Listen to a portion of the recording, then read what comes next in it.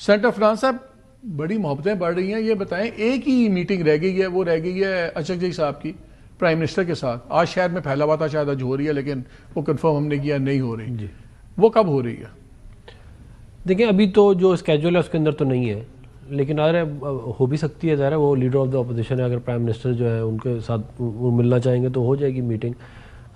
یہ ضرور میں کہوں گا کہ دیکھیں اگر سیاسی ماحول بہتر ہوتا ہے تو ملک کے لیے بہتر ہے، ہمیں اس میں کوئی وہ نہیں ہے، ہماری کوئی آبجیکشن نہیں ہے. کوئنسیڈنس ہے کہ 2 ہفتوں میں وہ بھی پروونشل اسمبلی گورنمنٹ کا بڑا رویہ بدلا ہے، سی ایم کا بڑا رویہ بدلا ہے، ادھر سے بھی رویہ بدلا ہے، ملاقاتیں ہو رہی ہیں، کو کمانڈر بھی بیٹھ رہے ہیں، آپ اکٹھے آ جا رہے ہیں، چیزیں ہو رہی ہیں.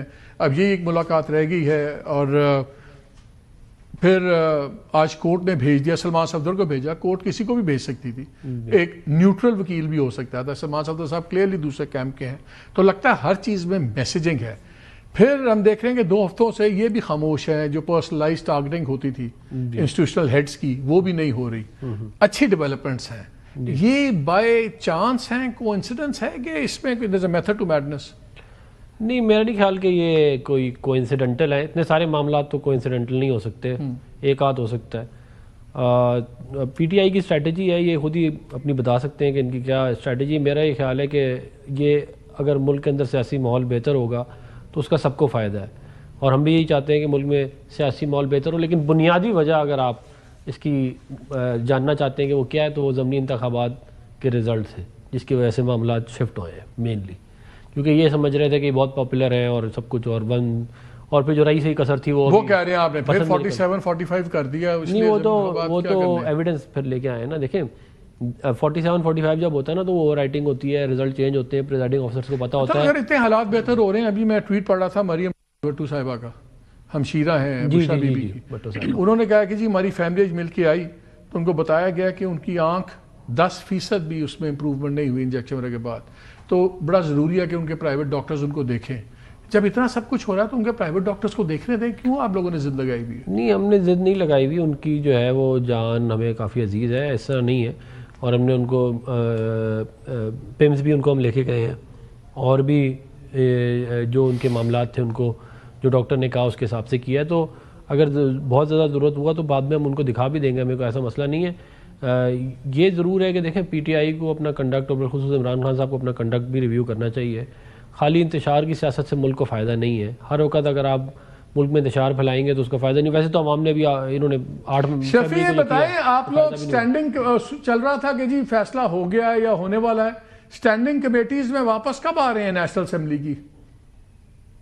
دیکھیں جہاں تک سٹینڈنگ کمیٹیز کا سوال ہے مالک صاحب، عمران خان صاحب کے حکم کے بعد ہی تمام سٹینڈنگ کمیٹی چھوڑی گئی، اور یہ عمران خان صاحب نے آرڈر جاری کیا تھا، اور اس کا فیصلہ بھی عمران خان صاحب کریں گے. عمران خان صاحب جب کہیں گے تو ہم واپس آ جائیں گے، کیونکہ پاکستان تحریک انصاف میں جو فیصلے کا مینڈیٹ ہے وہ عمران خان صاحب کے پاس ہے. عمران خان صاحب نے تو اگر محمود اچکزئی صاحب as leader of the opposition فیصلہ کرتے ہیں کہ ہم سارے تمام کمیٹیز میں واپس آ رہے ہیں، تو وہ آپ لوگ نہیں مانیں گے جب تک عمران خان نہیں کہیں گے؟ دیکھیں عمران خان صاحب ہی تحریک انصاف کے فیصلے کر سکتے ہیں، اور میرا اپنا ذاتی خیال بھی یہی ہے کہ عمران خان صاحب جب تک یہ فیصلہ نہیں کریں گے، ہمارے جو ممبران ہیں وہ واپس کمیٹیوں میں نہیں. ہمارے پہ تو تاثر یہ تھا کہ تمام فیصلوں کا اختیار انہوں نے دے دیا ہے، سیاسی فیصلوں کا. اچھا وہ صرف گورنمنٹ کے ساتھ نیگوسیشنز کا ہے، یہ سیاسی کے یہ کمیٹیز کا فیصلہ عمران خان کریں گے. دیکھیں پارٹی کے کچھ اندرونی فیصلے ہوتے ہیں، یہ ہمارا اندرونی معاملہ ہے، تو اس کا فیصلہ بھی عمران خان صاحب کریں گے. اچھا یہ بتائیں، گنڈا پور صاحب کے بارے میں سارے کہتے تھے کہ جی وہ وکٹ کے دونوں طرف کھیلتے ہیں، ادھر بھی خوش ادھر بھی خوش. اب وہ باتیں کچھ سہیل آفریدی صاحب کے بارے میں بھی ہو رہی ہیں، تو وہ وکٹ کے دونوں طرف کھیلنے کا تو بہت نقصان ہوا تھا گنڈا پور صاحب کو. تو کیا سہیل آفریدی وہ خطرناک پالیٹکس پہ نہیں جا رہے؟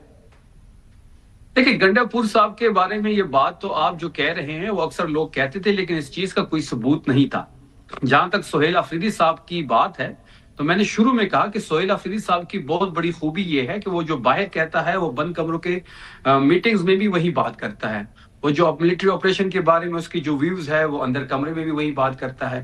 آج بھی انہوں نے اپنا سٹانس بڑا کھل کے رکھ دیا، آج بھی اس نے صوبے کی حقوق کے بات پہ بڑی کھل کے بات. ٹھیک ہے میں کلوزنگ کامنٹ ذرا ڈاکٹر فرحان سے لے لوں. آنے والے اب جو کچھ ہفتے ماہ ہیں، کیا آپ کو پی ٹی آئی کی مزاحمت میں شدت نظر آتی ہے یا مفاہمت میں تیزی؟ دیکھیں میرا یہ خیال ہے کہ یہ مفاہمت کی طرف ہی جائیں گے. جب سے ظاہر ہے پاپولیرٹی ہماری بڑھتی جا رہی ہے تو ان کے پاس اس کے علاوہ اب کوئی چارہ ہے بھی نہیں کہ یہ مفاہمت کریں، اور اسی طرف ہی معاملہ جاتے ہوئے مجھے نظر آ رہا ہے. اور کوئی کوانسیڈنٹل چیزیں نہیں ہیں، پیٹرن. کوانسیڈنس تو کچھ بھی نہیں ہوتا، آپ کو پتہ ہے مجھ سے زیادہ. ڈاکٹر عرفان آپ کا بہت شکریہ، شفیع جان آپ کا بہت شکریہ. ناظرین آپ نے تمام باتیں سنی، اور جو انٹرنل کانفلکٹس بھی ہیں، میں کہتا ہوں بھلے کچھ بھی ہو، dialogue is always better than demonstration. Anyway break لیتے ہیں، بریک کے بعد آ کے بات کریں گے. بڑی سیریس افغانستان کے ساتھ حالات بہت بگڑ چکے ہیں، کب تک کیا ہو سکتا ہے اس پہ بات کریں گے ڈیفنس منسٹر خواجہ آصف صاحب سے، اور ان کے پاس کچھ بڑے اعلانات ہیں جو آپ سے شیئر کریں گے بریک کے بعد.